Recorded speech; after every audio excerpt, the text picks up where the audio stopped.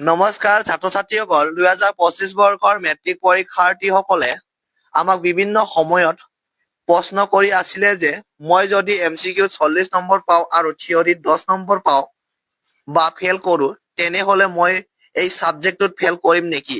বহুতে বিভিন্ন সময়ত প্ৰশ্ন কৰি আছিলে। গতিকে আজিৰ এই ভিডিঅ'টো পৰীক্ষাৰ আগতে মই তোমালোকক এই নতুন নিয়মটো ডিটেইলছত জনাম আৰু এইটো 100% ৰিয়েল আৰু সত্য কথা।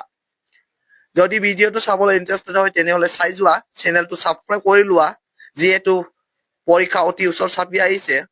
এই চেনেলটোৰ জৰিয়তে তোমালোকে বিভিন্ন ধৰণৰ ইনফৰমেটিভ ভিডিঅ'বোৰ চাবলৈ পাবা। তোমালোকে জানা যে সেবাৰ তৰফৰ পৰা এটা নটিফিকেশ্যন দিয়া হৈছে য'ত বিভিন্ন ধৰণৰ চেঞ্জেছৰ কথা উল্লেখ কৰা আছে।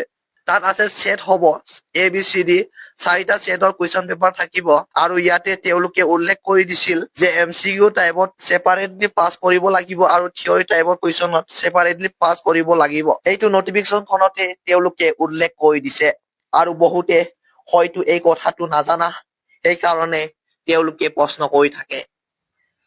আজি মই এই প্ৰশ্নটোৱে উত্তৰ ক্লিয়াৰলি কৰি দিম। এইখিনিতে তোমালোকৰ MCQ প্ৰশ্ন আহিব 45টা। ইয়াতো তোমালোকে পাছ কৰিব লাগিব। পাছ মাৰ্কটো হৈছে মিনিমাম 13 পাব লাগিব আৰু যোনটো থিয়ৰি প্ৰশ্ন থাকিব তাতো তুমি মিনিমাম 13 পাব লাগিব। 13ৰ তলত পালে যেনে 10, 12 বা 7 পালে তুমি সেই সাবজেক্টটোত ফেল হৈ যাবা। সাপোজ ধৰি লোৱা তুমি মেথছৰ পৰীক্ষা দি আছা, মেথছৰ যিখিনি থিয়ৰি টাইপৰ কুৱেশ্যন থাকিব তাত তুমি যদি 10 পোৱা তেনেহলে MCQ 45 পালেও কোনো লাভ নাই, তুমি সেই সাবজেক্টত ফেল হৈ যাবা। সেই সাবজেক্টত গতিকে তুমি দুয়ো যেনে থিয়ৰি আৰু MCQ টাইপৰ দুইটা বিষয়তে তোমালোকে মিনিমাম 13 পালেহে পাছ হৈ যাবা। এইটো আছিল 100% ৰিয়েল আৰু সেবাৰ তৰফৰ পৰা জনোৱা ইনফৰমেশ্যন।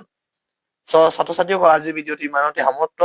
যদি ভিডিঅ'টো ভাল পালা তেনেহলে ভিডিঅ'টো লাইক কৰি দিবা, চেনেলটো সাবস্ক্ৰাইব কৰি দিবা, ভিডিঅ'টো বন্ধুবৰ্গলৈ শ্বেয়াৰ কৰি দিবা। ভিডিঅ'টো শেষলৈকে চোৱাৰ বাবে